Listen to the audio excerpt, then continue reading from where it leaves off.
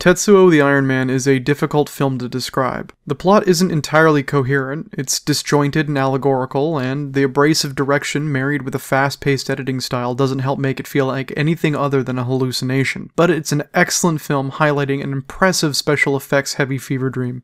Despite the fact that my opening sentence reads like a parental advisory sticker, Shinya Tsukamoto's 1989 Tetsuo the Iron Man is an absolute masterpiece of DIY filmmaking. It's the film that shot him into the international spotlight and also helped establish his cult following around the globe. The history surrounding the production of the filmmaking is a great read regardless if you're a fan of the film or not. It's a story filled with constant problems and troublesome conditions, so much so that after the 18-month production time, writer, director, editor, and star Shinya Tsukamoto considered destroying the original negatives due to how much of a terrible experience it was for him working on the film. By the end of the production, only the actors and Shinya himself were left on set. Actors were filling in for roles of various positions left open due to the desertion of the original crew members. Tom Mess interviewed lead actor Tomoro Taguchi for his book, The Iron Man, the Cinema of Shinya Tsukamoto, who recalls the entire ordeal surrounding it. Tetsuo the Iron Man is evocative of David Lynch's Eraserhead, pulling inspiration from the opening and closing scenes of The Man in the Planet, grasping at levers,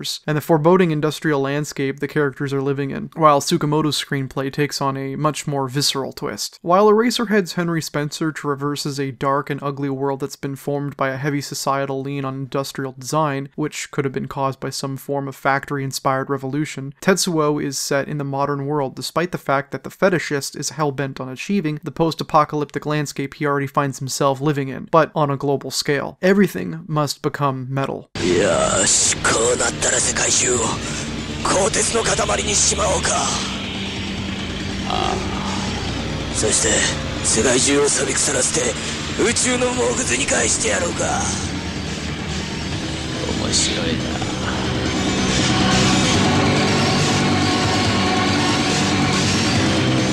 さあ、俺たちの愛情で世界中を燃え上がらせてやるぜ。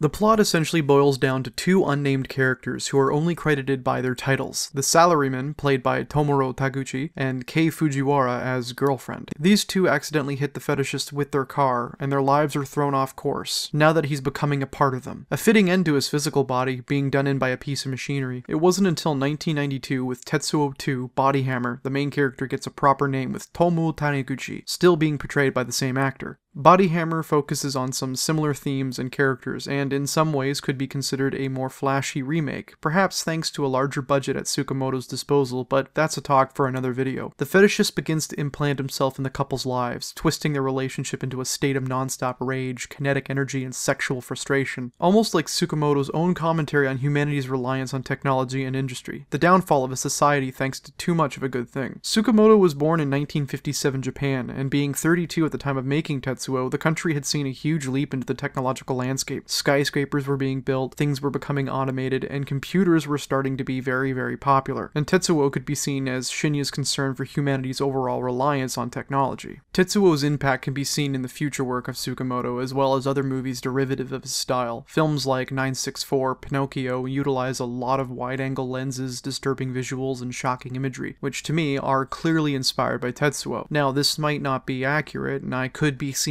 connections where there are none, but this is my video. The special effects, craftsmanship, and soundtrack also play an integral part of the film's impact. Knowing the history behind the production and how little crew there were left at the end of the shoot, and seeing this final product be as tightly crafted as it is, it's beyond impressive. The music was composed by the late Chu Ishikawa, who worked with Tsukamoto on 12 of his films. The score is vibrant, intense, and distinctly unique, and it's one of those perfect examples of a soundtrack that exactly matches the film it's accompanying. Ishikawa, who was known for his work in the industrial genre, delivered a pounding soundtrack. It sounds like a violent tour through a factory. Heavy drums and beats are played at high decibels with shrill machinery like synths being played over top. It's integral to the atmosphere of the film.